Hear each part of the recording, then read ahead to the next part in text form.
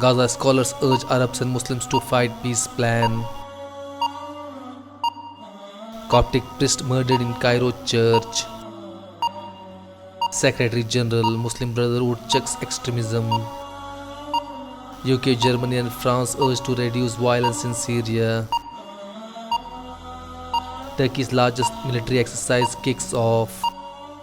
Iran urges probe into ship attacks near UAE waters. Saudis say 2 oil tankers damaged in sabotage attack. US Pompeo skips Moscow trip to talk Iran in Brussels. Iran court jails women for decade for spying for UK. Turkish agency distributes aid to Ethiopian families.